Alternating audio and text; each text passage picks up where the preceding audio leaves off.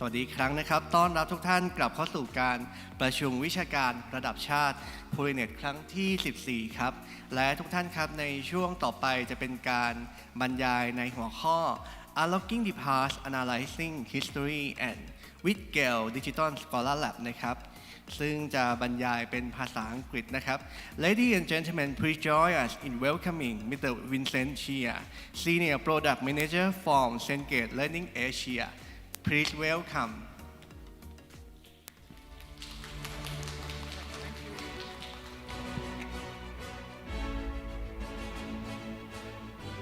Hello สวัสดีครับ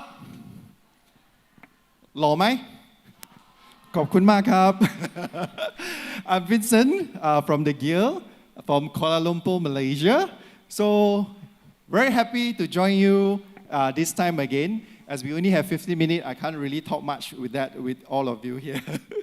Okay, let's start the presentation.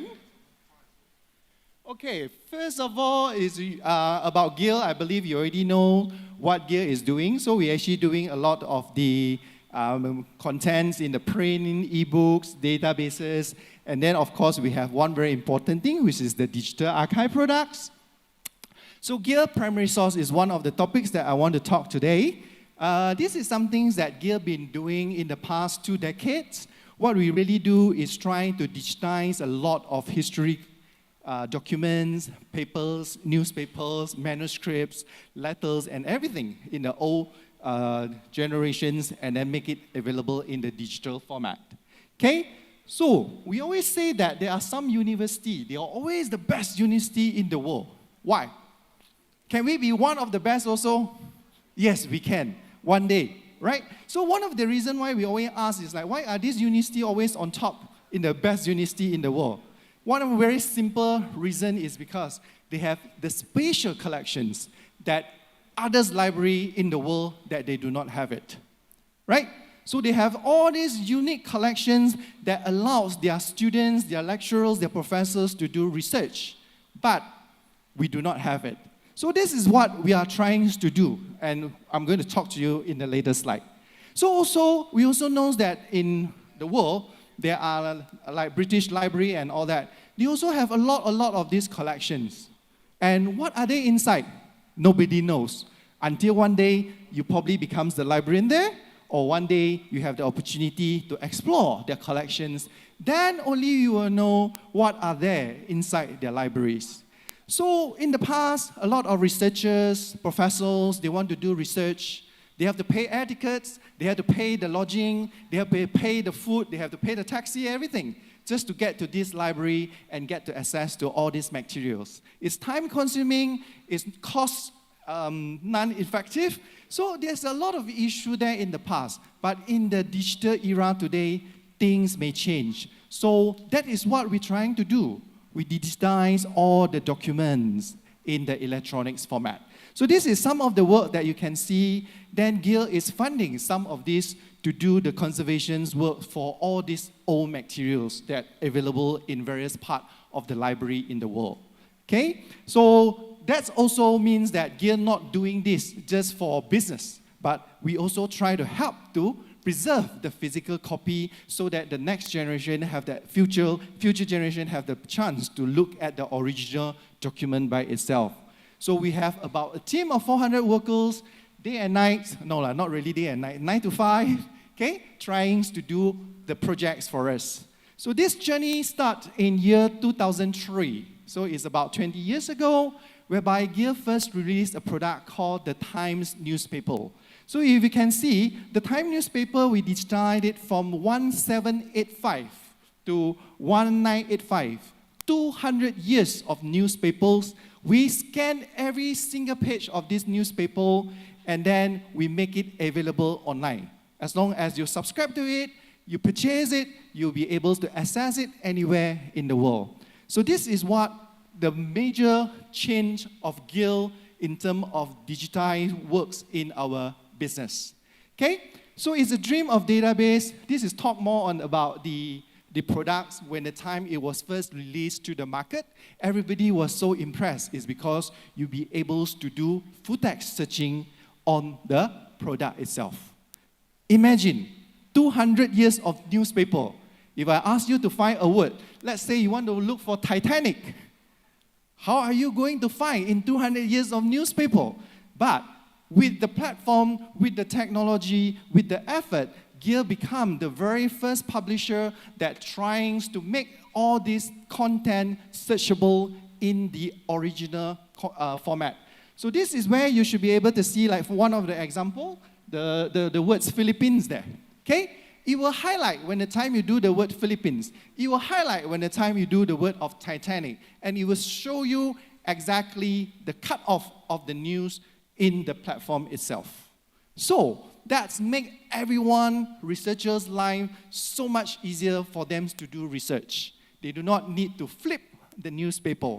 They just need to enter the words, hit on the enter, and they will get all the result that they wanted.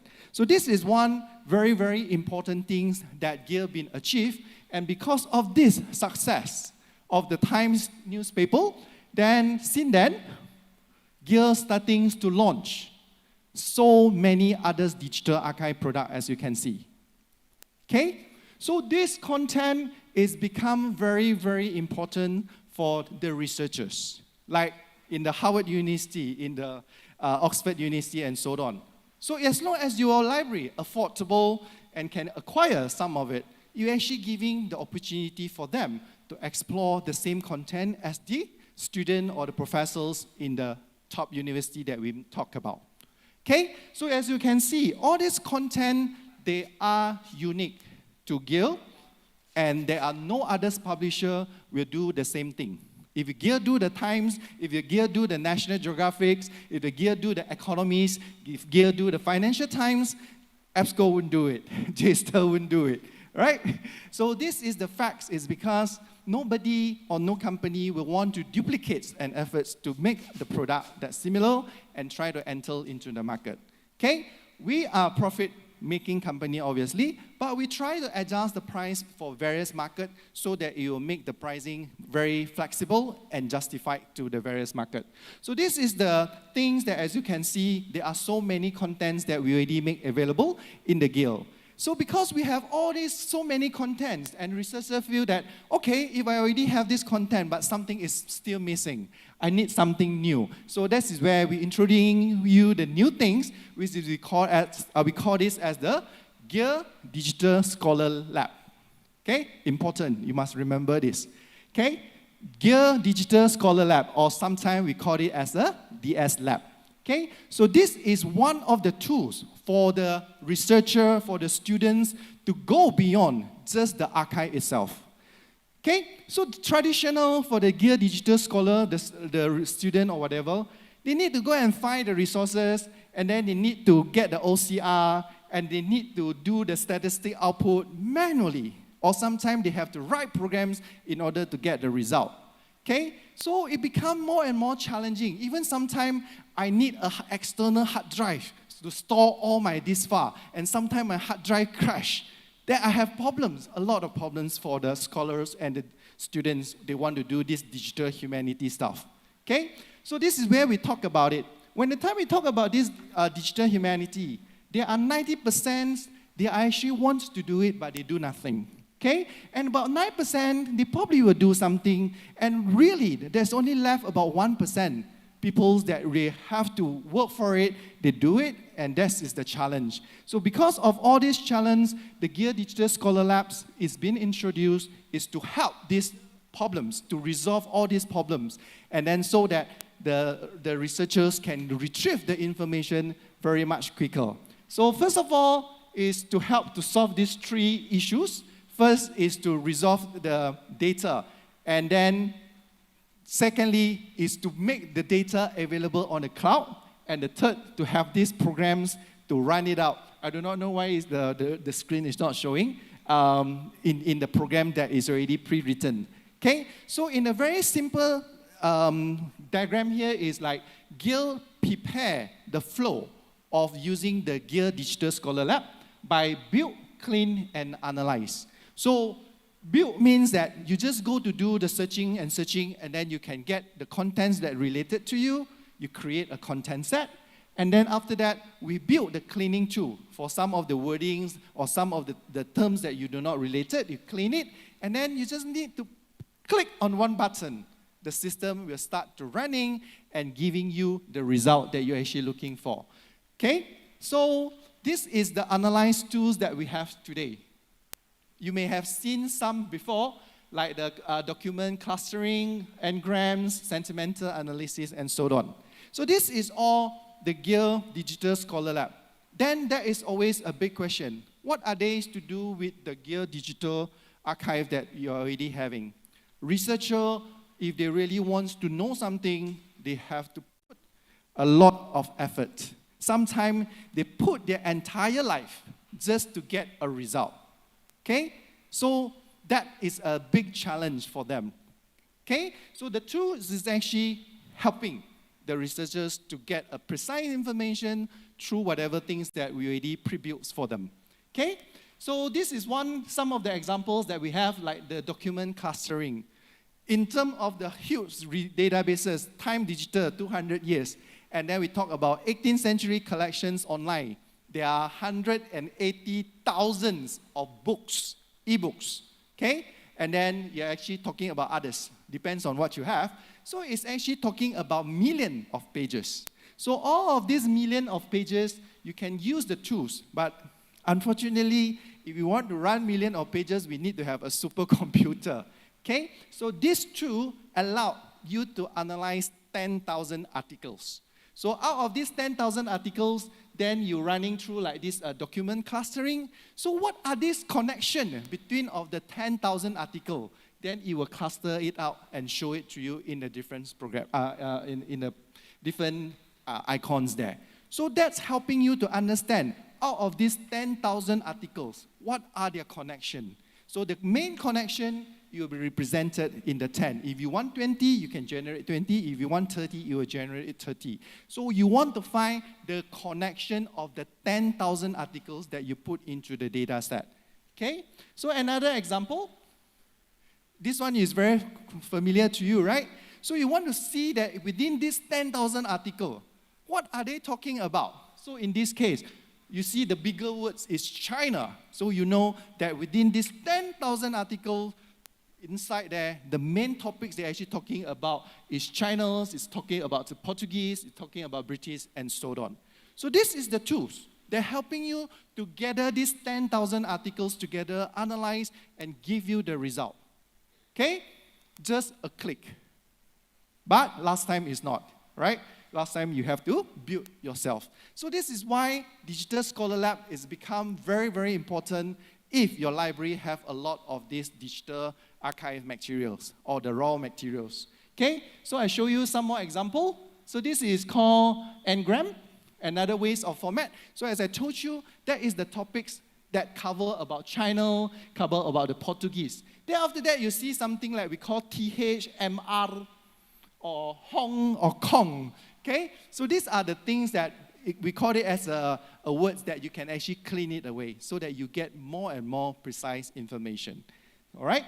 Then this is another one is called sentimental analysis.